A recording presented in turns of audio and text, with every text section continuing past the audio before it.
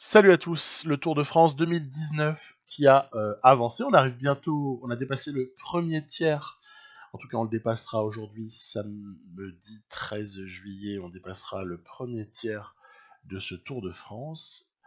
Et dans cette vidéo, évidemment, on suit ce Tour de France sur Pro Cycling Manager 2019 avec la Groupama FDJ, mais également on se permet quelques petits commentaires, quelques petites tentatives d'analyse sur le vrai Tour de France qui a lieu au même moment. Voilà, c'est parti. On avait assisté à l'étape 5 à un Peter Sagan qui s'impose au sprint à Colmar. Mais un sprint qui était, c'est pas pour réduire sa performance, loin s'en faut. C'était une très très belle victoire d'étape.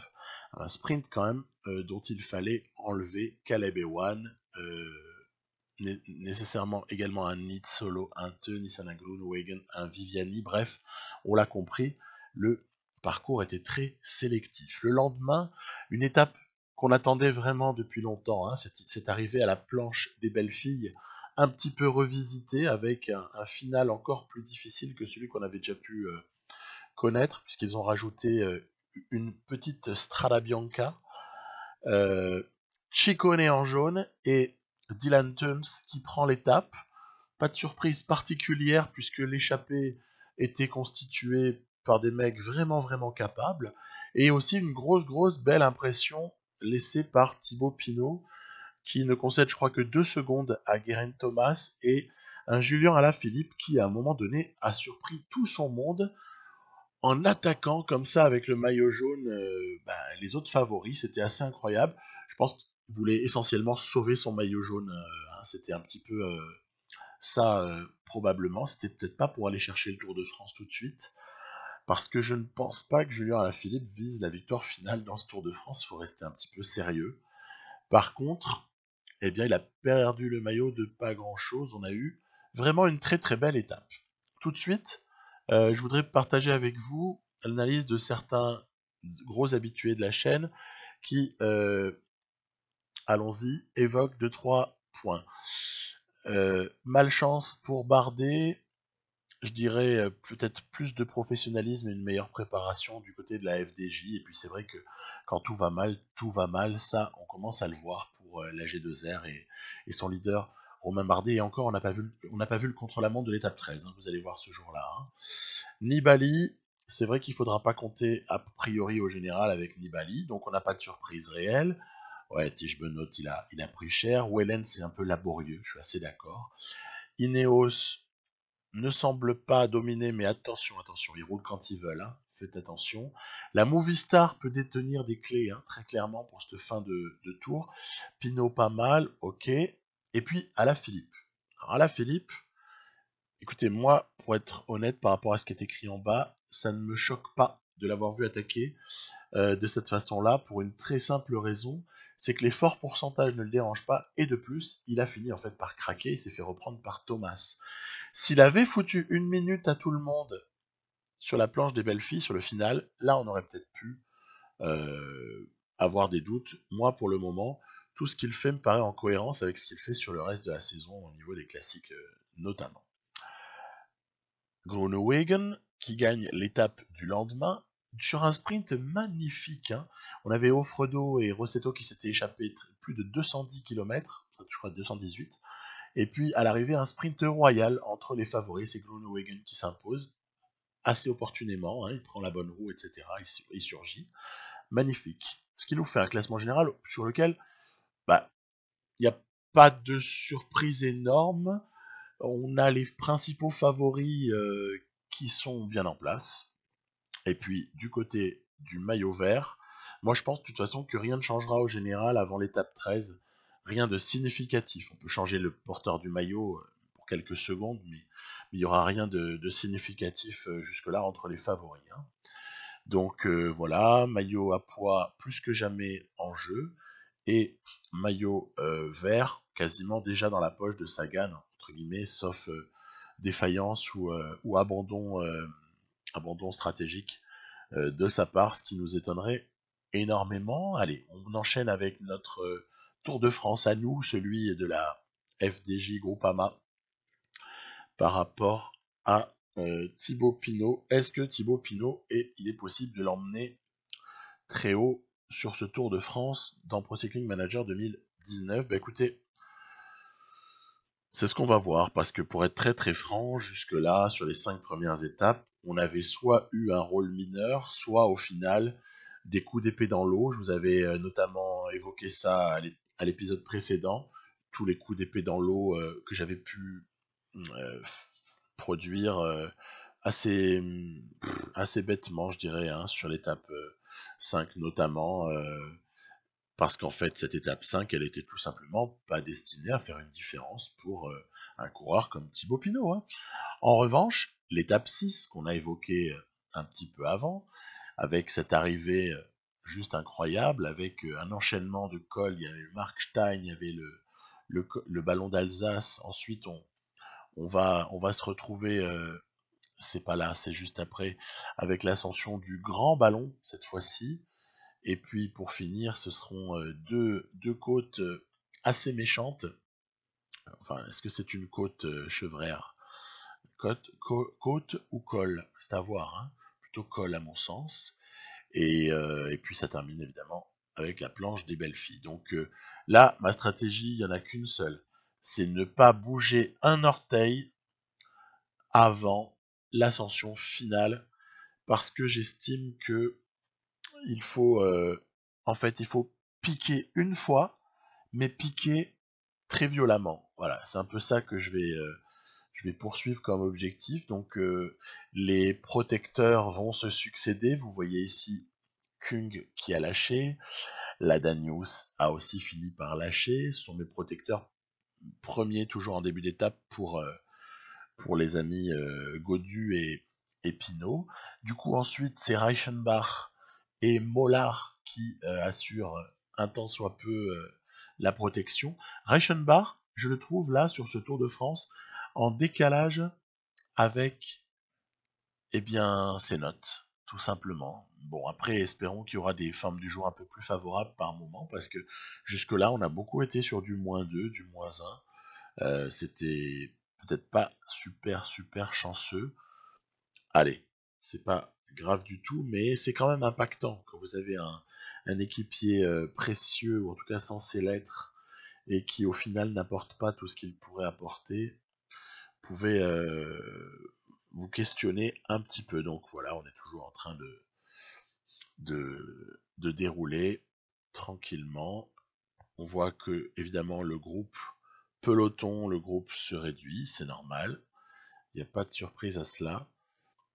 Et donc, vous voyez, quand même, je suis content parce que Mollard et Reichenbach, même s'ils ont souffert déjà dans le grand ballon, sont quand même encore présents et ils ont encore un peu d'aide à apporter. Allez, ça y est, on aborde ce col-là qui est terrible. L'autre jour, c'était absolument incroyable de voir certaines défaillances. Je pense par exemple au pauvre Thomas de Ghent, qui n'est pas le plus mauvais grimpeur du peloton, hein, et qui avait essayé de partir tout seul depuis le groupe d'échappés, dont après c'était extrait Wellens, Meurice, et puis évidemment les deux qui vont terminer au sommet, à savoir Ciccone et Dylan Tuns. Bah, en fait, il y a eu des pourcentages affreux dans ce col des Chevrères.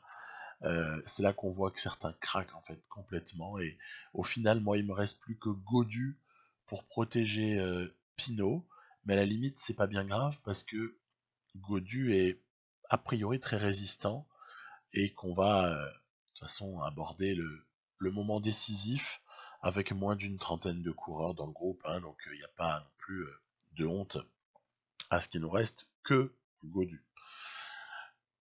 J'espère par contre que dans d'autres étapes de montagne, on aura encore le loisir d'avoir Reichenbach à un stade similaire de la course. Ce serait sympa, quoi.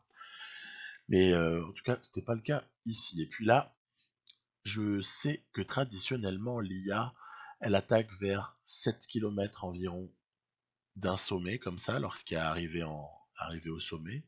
Et du coup, bah, je vais essayer de devancer en fait cette attaque-là. Donc finalement leur gâcher l'effet de surprise en impulsant moi-même un effort curseur assez intense avec protection. Donc effort de Pinot, protégé par Gaudu.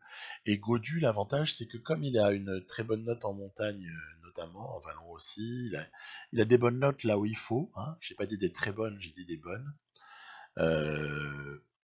Eh bien, il résiste un petit peu plus longtemps que ce que n'importe lequel autre de mes protecteurs potentiels aurait pu résister. Donc, Thibaut Pinot peut ainsi éliminer pas mal de gens, ou en tout cas les fatiguer, leur vider la barre, sans se démunir à outrance, en fait. Voilà. Et après, hop, on saisit la roue de Romain Bardet, qui, avec Nibali dans sa roue, sont sortis, mais au final, avec notre effort curseur assez violent, on arrivait finalement à ne pas attaquer, mais à rester un peu au même niveau. Regardez, on a déjà quasiment repris, voilà, tout échappé, ça y est, c'est fait. Là, petit écran de Powells, bon, il va falloir rattraper Romain Bardet. On est à un petit peu plus de 2 km, voilà, 2 km de l'arrivée. Nibali semble en difficulté. Romain Bardet, bah écoutez, on lui a pris la roue, hein, bien évidemment. Hein.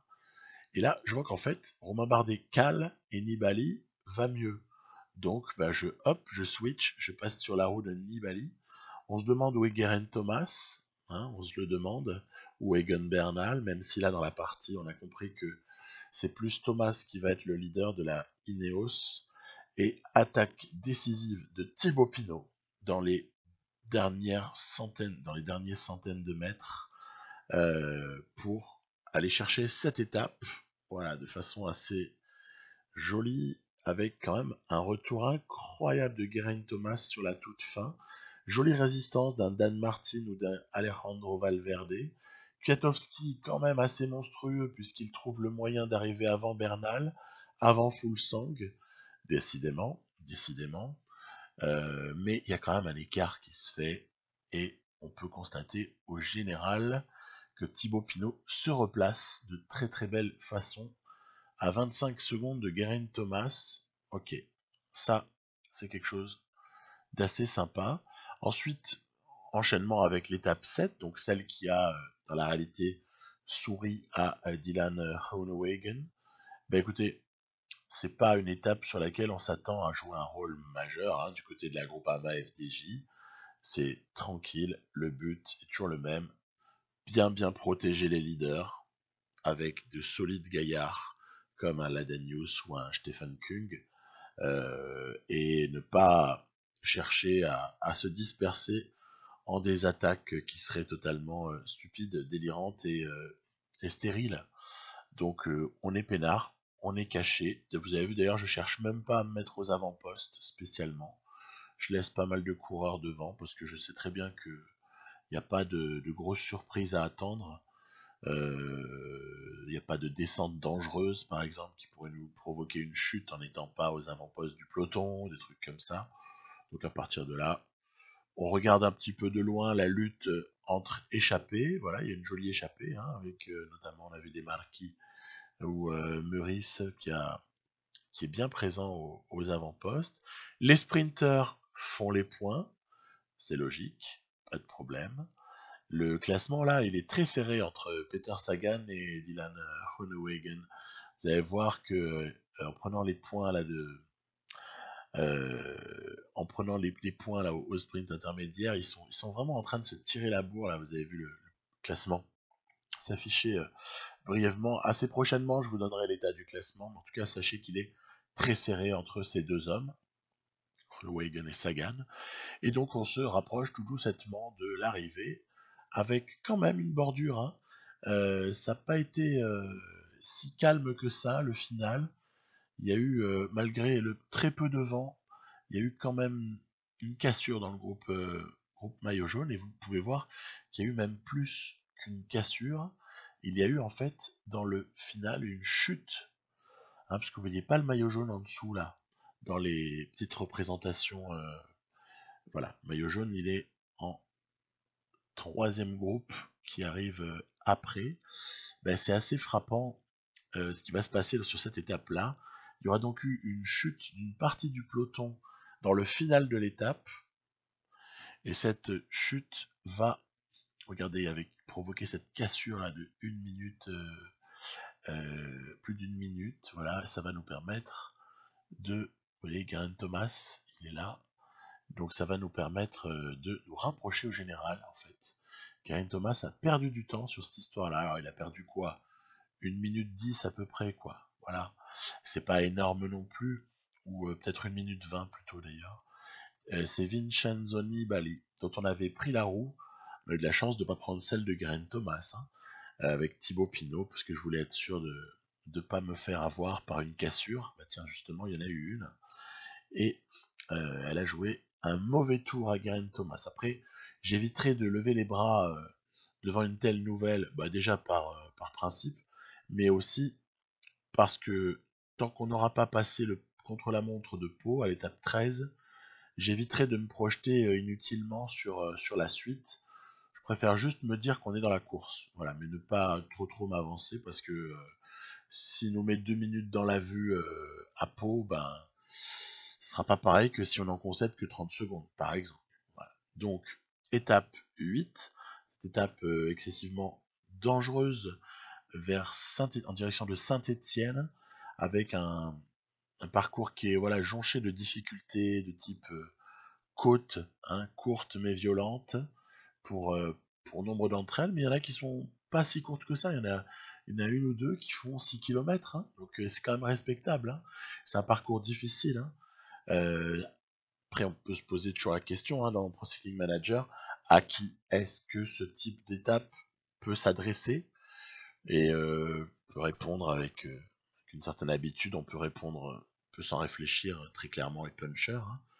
Puncher ou échappé, faut voir. Mais en tout cas, c'est plutôt pour puncher, ce qui veut dire que comme on ne vise pas les victoires d'étape, mais uniquement le général avec Thibaut Pinot, hein, il ne va pas se disperser, commencer à cramer des mecs, etc. Je ne tente rien, je tente juste une chose qui est déjà ben, conséquente, je dirais, c'est de faire en sorte que Gaudu, Pinot arrivent les moins cramés possibles dans le final, parce que mine de rien, il y a moyen de s'épuiser à des endroits avec cet enchaînement là de difficultés. Donc voilà, c'est tout l'objet de mon attention, c'est essayer d'économiser les types, essayer de préserver des protecteurs pour le moment où les premiers protecteurs Kung et Ladanius sont un petit peu HS. Mais on voit que Ladanius il tient bien le coup, il tient un petit peu mieux le coup là sur cette étape-là que l'ami Kung, voilà, qui lâche à un moment donné. Mollard également s'est fait distancer.